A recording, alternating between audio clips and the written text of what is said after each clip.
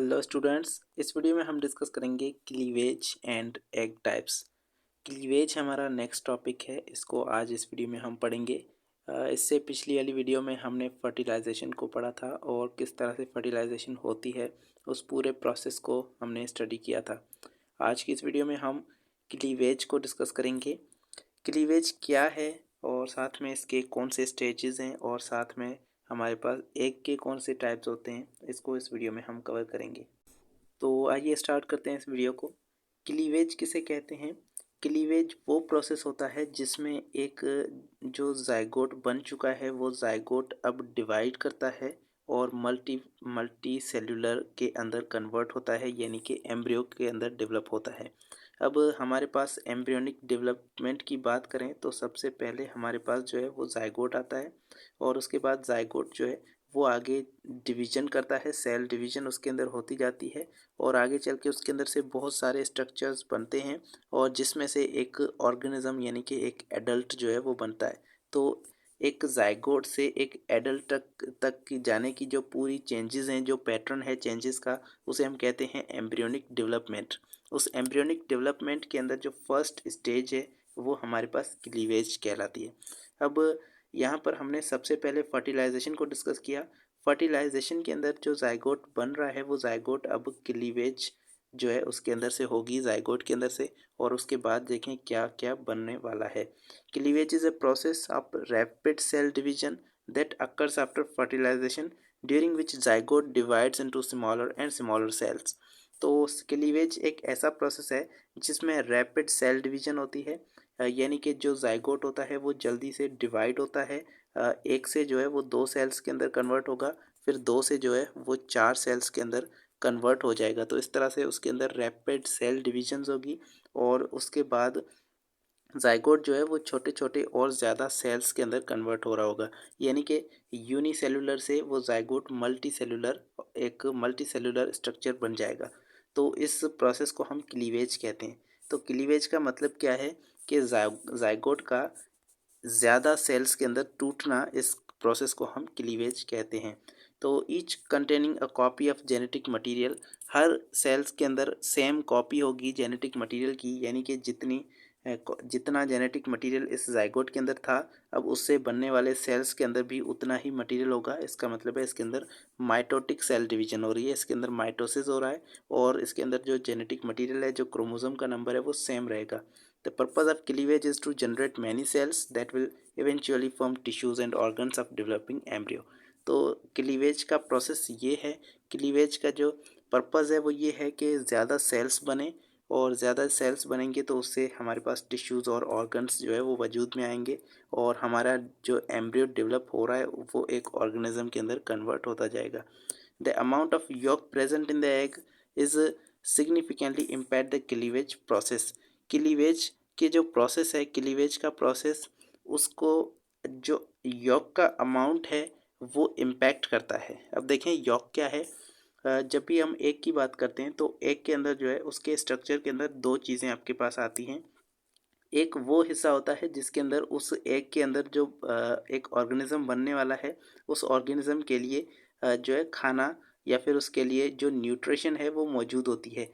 उस पार्ट को हम कहते हैं यॉक। तो ये अगर वो पार्ट है जिसके अंदर उस डेवलपिंग यंग वन के लिए इसके अंदर न्यूट्रिशन मौजूद है, तो ये हमारे पास ये पार्ट यॉक कहलाता है। यॉक एक्चुअली और कुछ नहीं है, इसके अंदर एनर्जी होती है, इसके अंदर प्रोटीन्स, इसके अंदर और न्यूट्रिएंट्स जो है वो मौजूद होते हैं जो कि एक डेवलपिंग यंग वन के लिए यहाँ पर मौजूद होते हैं और इससे ही वो डेवलप होता है। तो अब दूसरा हमारे पास यहाँ पर साइटोप्लाज्म मौजूद होता है और ये जो साइटोप्लाज्म है इससे ही एक ऑर्गेनिज्म डेवलप होगा, यानी कि इस साइटोप्लाज्म के अंदर यहाँ पर भी इसे हम कहते हैं एनिमल पोल, जबकि इस यॉक को हम कहते हैं वेजिटल पोल। तो ये वेजिटल पोल सिर्फ इसके अंदर न्यूट्रिशन होते हैं, जबकि एनिमल पोल के अंदर सेल डिविजन्स होती हैं और यहाँ से ऑर्गेनिज्म डेवलप होता है।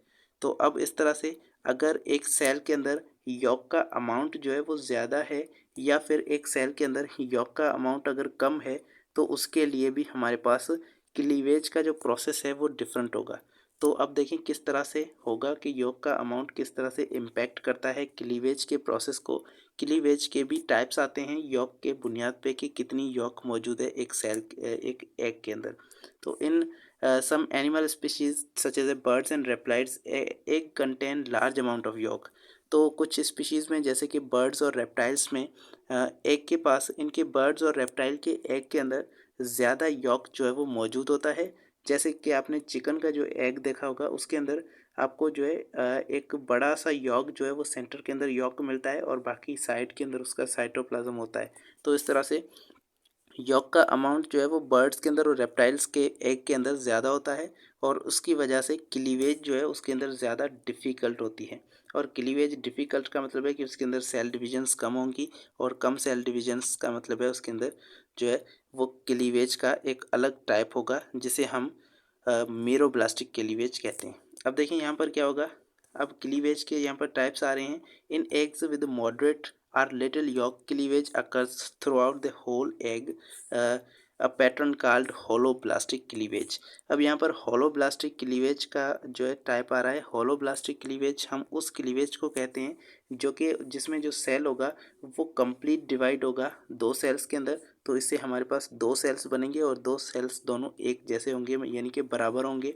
और उसके बाद यहाँ पर हमारे पास जब ये सेल डिवाइड होंगे तो इनसे हमारे पास चार सेल्स बनेंगे, चारों इक्वल सेल्स जो है होंगे। तो इसे हम होलोब्लास्टिक कहते हैं या फिर इसे हम कंप्लीट क्लीवेज कहते हैं। तो कंप्लीट क्लीवेज के अंदर क्या होता है, होलोब्लास्टिक क्लीवेज के अंदर जो एग होता है वो कम्प्लीटली डिवाइड होता है और होल एग यानी कि जो क्लीवेज होती है वो पूरे एग के अंदर होती है और एक एग जो है वो कंप्लीट डिवाइड होकर दो एग्स यानी कि दो सेल्स बनाता है। तो ये इसे हम होलोब्लास्टिक क्लीवेज कहते हैं। और ये ऐसे एग के अंदर होगी जिसके अंदर जो यॉक का अमाउंट है वो कम हो या फिर मॉडरेट हो या फिर वो पूरे एग के अंदर जो है डिवाइडेड हो, इवनली डिवाइडेड हो, तो वो उसके अंदर होलोब्लास्टिक क्लीवेज होती है। अब दूसरा टाइप क्लीवेज का क्या है। दूसरा एक ऐसा टाइप है जिसे हम कहते हैं मीरोब्लास्टिक क्लीवेज। मीरोब्लास्टिक क्लीवेज के अंदर क्या होता है कि eggs with large amount of York, एक कुछ ऐसे एग जिसके अंदर ज़्यादा यॉक मौजूद है यानी कि यॉक का ज़्यादा अमाउंट मौजूद है। तो उसके अंदर क्या होगा, with with small cytoplasm of clear concentration at the one pole. तो उसमें क्या होगा कि जो साइटोप्लाज्म होगा वो एक छोटे से जगह पर जो है मौजूद होगा यानी कि एक साइड पे मौजूद होगा, एक पोल पे मौजूद होगा और बाकी सारा उसके अंदर यॉक मौजूद होगा। तो इस जगह को हम कहते हैं ब्लास्टोडिस्क। ब्लास्टोडिस्क वो जगह है जहाँ पर आकर ये आपके पास जो साइटोप्लाज्म है वो कंसंट्रेटेड होता है, मतलब कि एक पोल पर साइटोप्लाज्म मौजूद होता है, इसे हम ब्लास्टोडिस्क कहते हैं। और बाकी सारा इसके अंदर यॉक मौजूद होता है। तो बाकी सारे एरिया के अंदर यॉक होगा, सिर्फ एक ही जगह पर एक ही पोल पर जो है वो साइटोप्लाज्म होगा, क्लियर साइटोप्लाज्म, और छोटा सा साइटोप्लाज्म होगा, इसे हम ब्लास्टोडिस्क कहते हैं। तो ब्लास्टोडिस्क वो छोटा सा साइटोप्लाज्म है। अब क्लीवेज जो होगी इस सेल के अंदर, वो क्लीवेज सिर्फ किसके अंदर होगी, ब्लास्टोडिस्क के अंदर होगी, क्योंकि उसी के अंदर साइटोप्लाज्म मौजूद है। तो यहाँ पर सिर्फ एक ही जगह पर यहाँ पर साइटोप्लाज्म मौजूद होगा, तो यहाँ पर ही क्लीवेज होगी, बाकी किसी भी एरिया के अंदर क्लीवेज नहीं होगी। तो yolk is essentially an inert mass. और यहाँ पर यॉक क्या है, एक इनर्ट मास है, यानी कि यॉक के अंदर क्लीवेज नहीं होगी, सिर्फ ब्लास्टोडिस्क एक छोटा सा पोल जो है उसके अंदर क्लीवेज होगी। तो इस टाइप ऑफ क्लीवेज को हम कहते हैं मीरोब्लास्टिक क्लीवेज। और ये उन ऑर्गेनिज्म के अंदर होती है जिनके अंदर यॉक का अमाउंट कम हो, यानी कि अगर एक के अंदर यॉक का अमाउंट कम होगा तो मीरोब्लास्टिक क्लीवेज होगी। अगर एक के अंदर यॉक का अमाउंट ज़्यादा होगा तो फिर हमारे पास होलोब्लास्टिक क्लीवेज होगी। तो यहाँ पर ये होलोब्लास्टिक के अंदर कंप्लीट क्लीवेज होगी। एक सेल जो है यहाँ पर एक एग जो है वो कम्प्लीटली डिवाइड होगा, जबकि मेरोब्लास्टिक के अंदर सिर्फ एक ही जगह पर जो है उसके अंदर क्लीवेज होती है और वहाँ पर सेल डिवीजन होती है। तो इसमें आप देख सकते हैं यहाँ पर होलोब्लास्टिक और मेरोब्लास्टिक को जो है यहाँ पर दिखाया गया है। ये आपके पास जो है एक एग है जो कि अगर यहाँ पर होलोब्लास्टिक क्लीवेज होगी तो इसके अंदर जो है इवनली यहाँ से बीच से ये डिवाइड हो जाएगा और दो सेल्स बन जाएंगे, और उसके बाद ये फिर से डिवाइड होगा तो चार इक्वल सेल्स बन जाएंगे, यानी कि ये कम्प्लीटली डिवाइड हो रहे हैं। कुछ इस तरह से ये कम्प्लीटली डिवाइड हो रहे होंगे और ये कंप्लीट जो है क्लीवेज कहलाती है या फिर होलोब्लास्टिक क्लीवेज कहलाती है। जबकि मेरोब्लास्टिक क्लीवेज के अंदर देखें क्या हो रहा है कि एक छोटे से पोल पर एक जगह पर ऊपर वाली साइड पर जहाँ पर ब्लास्टोडिस्क मौजूद है, यहाँ पर साइटोप्लाज्म मौजूद है, बाकी सारे के अंदर यहाँ पर यॉक मौजूद होगा। तो उसी पोल पर जो है यहाँ पर डिवीजन होगी और उस पर देखें पहले 2 सेल्स बने, अब उसी पोल पर जो है वो 4 सेल्स बने। बाकी सारा जो आपके पास एग है वो इनर्ट रह रहा है, मतलब कि जो बाकी का हिस्सा है एग का उसके अंदर कोई क्लीवेज नहीं होगी, सिर्फ एक टॉप पर जो है यहाँ पर क्लीवेज हो रही है और ज़्यादा सेल्स जो है वो बन रहे हैं। इसे मीरोब्लास्टिक क्लीवेज कहते हैं। अब ये बुक में जो दी गई है, आप डायग्राम इसको भी देख सकते हैं कि किस तरह से ये आपके पास सारे जो है इसके अंदर जो डिवीजन हो रही है वो कंप्लीट सेल के अंदर हो रही है, कंप्लीट एग के अंदर हो रही है। तो ये सारे होलोब्लास्टिक क्लीवेज है। और जबकि नीचे वाले आपके पास जो भी टाइप्स आ रहे हैं इन सभी के अंदर एक पोल पर जो है एक साइड पर जो है ये क्लीवेज हो रही है, तो ये आपके पास मीरोब्लास्टिक क्लीवेज है।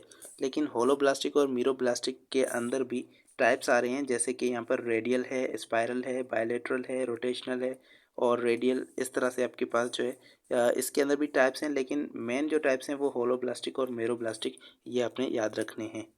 अब यहाँ पर जो है एग के भी टाइप्स हैं। एग के कौन से टाइप्स हैं? ऑन द बेसिस ऑफ के उसके अंदर अमाउंट ऑफ यॉक कितना है और डिस्ट्रीब्यूशन क्या है यॉक की। तो यॉक कितना है और वो किस तरह से डिस्ट्रीब्यूटेड है उस एग के अंदर, उसके बेसिस पर एग के जो है बहुत सारे टाइप्स आते हैं, लेकिन हमारी बुक के अंदर जो है 3 टाइप्स आपके पास गिवन हैं। 4 टाइप्स जो है वो डिस्कस किए गए हैं।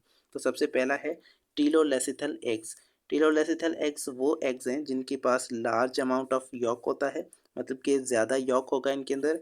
और अगर ज़्यादा यॉक होगा तो यहाँ पर आपके पास यहाँ पर क्या होगा, यहाँ पर गलत लिख दिया है मैंने, यहाँ पर होगा सॉरी मीरोब्लास्टिक क्लीवेज यहाँ पर होगा। तो इस तरह से लार्ज अमाउंट ऑफ अगर यॉक मौजूद होगा किसी के अंदर तो उसके अंदर मीरोब्लास्टिक क्लीवेज होती है। और ऐसा ही एक टाइप है टीलोलेसिथल एग जिनके अंदर लार्ज अमाउंट ऑफ यॉक होता है which is concentrate at one end, जो कि एग के एक ही एंड पर एक ही जगह पर यानी कि पोल पर मौजूद होगा और क्रिएटिंग अ कंसनट्रेशन ग्रेडियंट, और इसकी वजह से कंसनट्रेशन ग्रेडियंट बन रहा होगा। तो एक ही साइड पे जो है ये लार्ज अमाउंट ऑफ यॉक जो है वो मौजूद होगा और इसी के अंदर जो है वो पोल्स बन रहे होंगे। यहाँ पर आपके पास साइटोप्लाज्म होगा और बाकी सारा का हिस्सा जो है वो क्या होगा, वो यॉक से भरा हुआ होगा।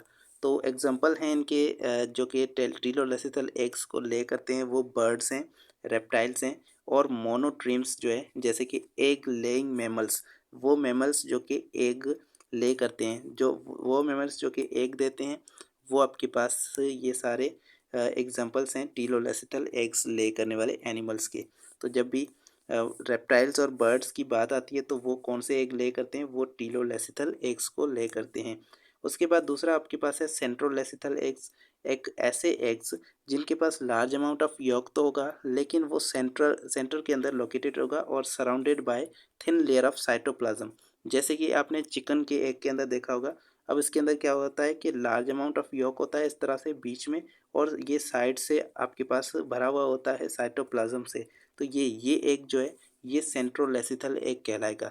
अब इसके अंदर क्या होता है कि ज़्यादा तो यॉक होता ही है, लेकिन वो सिर्फ बीच में होता है, एक साइड पे नहीं होता, वो बीच में मौजूद होगा।